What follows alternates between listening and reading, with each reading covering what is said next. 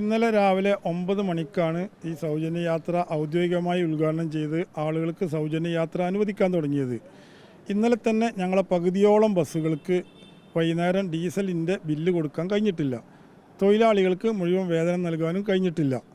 ഇത് ഞങ്ങൾ മുൻകൂട്ടി കണ്ടതാണ്. ഞങ്ങൾക്ക് ഇങ്ങനെ ഈ സൗജന്യ യാത്ര നടപ്പിലാക്കിയാൽ സ്വകാര്യ ബസ്സുകളിൽ, അതായത് KSRTC സർവീസ് നടത്തുന്ന റൂട്ടുകളിലെ സ്വകാര്യ ബസ്സുകൾക്ക് ഡീസൽ അടിക്കാൻ അതിൻ്റെ അന്നത്തെ ഓരോ ദിവസത്തെ വരുമാനം തികയില്ല എന്ന് ഞങ്ങൾ മുൻകൂട്ടി കണ്ടതാണ്.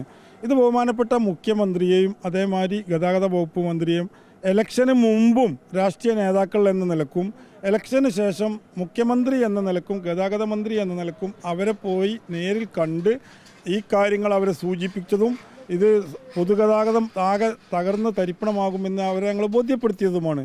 അപ്പോൾ ഞങ്ങളുടെ അടുത്ത് മുഖ്യമന്ത്രി പറഞ്ഞത് ഈ സ്വകാര്യ ബസ് വ്യവസായത്തെ കൂടി സംരക്ഷിച്ചുകൊണ്ട് മാത്രമേ ഇത് നടപ്പിലാക്കുകയുള്ളൂ എന്ന് പറഞ്ഞിരുന്നുവെങ്കിലും ഞങ്ങളോട് ഒരു ചർച്ചയും നടത്താതെ ഏകപക്ഷീയമായിട്ടാണ് സർക്കാർ ഈ പ്രഖ്യാപനം നടത്തിയിട്ടുള്ളത്.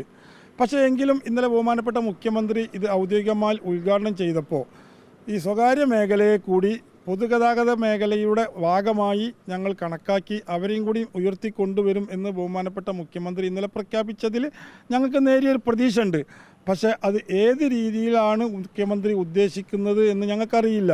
പക്ഷേ ഒരു കാര്യം വളരെ വ്യക്തമായിട്ട് പറയാം.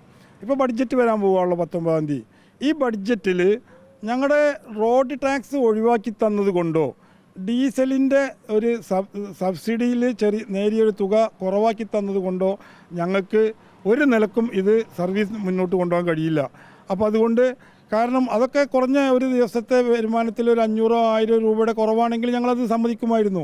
പക്ഷേ അതുകൊണ്ട് ഇത് അത്രയല്ല വരിക. ഇത് ഞങ്ങളുടെ നിലവിലെ വരുമാനത്തിൻ്റെ ഏകദേശം പകുതിയോളം കുറവ് വരും. അതേസമയം ഞങ്ങളുടെ വരുമാനത്തിൻ്റെ 60% ഡീസലടിക്കാൻ വേണം. അപ്പോൾ യാതൊരു കാരണവശാലും ഈ സൗജന്യ യാത്ര നിലനിർത്തിക്കൊണ്ട് ഈ സ്വകാര്യ ബസ് വ്യവസായത്തിന് എന്തെങ്കിലും കാര്യമായ ഒരു ധനസഹായം ഇല്ലാതെ ഈ സർവീസ് മുന്നോട്ട് കൊണ്ടുപോകാൻ കഴിയാത്ത സാഹചര്യമാണ്. സമരത്തിൽ പല ജില്ലകൾക്കും സർവീസ് നടത്താൻ കഴിയാത്തതുകൊണ്ട് ബസ്സുകൾ നിർത്തിവെച്ച് സമരം ചെയ്യണമെന്നുള്ള പല ജില്ലകളും അഭിപ്രായമുണ്ട്. അതുകൊണ്ടാണ് ഞങ്ങൾ ഇന്ന് എല്ലാ ജില്ലകളോടും ഇന്ന് തൃശ്ശൂരിൽ സംസ്ഥാന കമ്മിറ്റി യോഗത്തിന് വരാൻ പറഞ്ഞിട്ടുള്ളത്. ആ എല്ലാ ജില്ലകളുടെയും അഭിപ്രായം ആരാഞ്ഞ് സംസ്ഥാന കമ്മിറ്റി ഒരു തീരുമാനമെടുക്കും.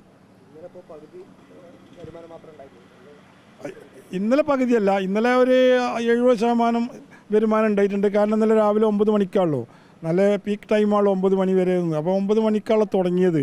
പക്ഷേ ഇന്നാണ് അതിൻ്റെ പൂർണ്ണമായിട്ട് അറിയുക. ഇന്നലെ 9 മണിക്ക് ഉദ്ഘാടനം കഴിഞ്ഞതിന് ശേഷം 9 മണിക്ക് ശേഷം തന്നെ ചില വണ്ടികൾക്കൊക്കെ 9:15-നും 9:30-ക്കും അവരുടെ നെറ്റ് ശരിയാവാത്തത് കൊണ്ട് കാശ് കൊടുത്ത് പോകേണ്ടി വന്നിട്ടുണ്ട്. പക്ഷേ ഇന്നലെ പകുതിയല്ല, ഇന്നലെ 70% വരുമാനം ഉണ്ടായിട്ടുണ്ട്. ഇന്നലെ ഡീസൽ അടിക്കാനും തൊഴിലാളികൾക്ക് വേതനം കൊടുക്കാനും മുഴുവനായി തേഞ്ഞില്ല എന്നേ ഉള്ളൂ. പക്ഷേ ഇന്നത് തീരെ ഉണ്ടാവില്ല. ഇന്ന് രാവിലെ മുതലേ 5 മണി മുതലേ തുടങ്ങുകയുള്ളൂ.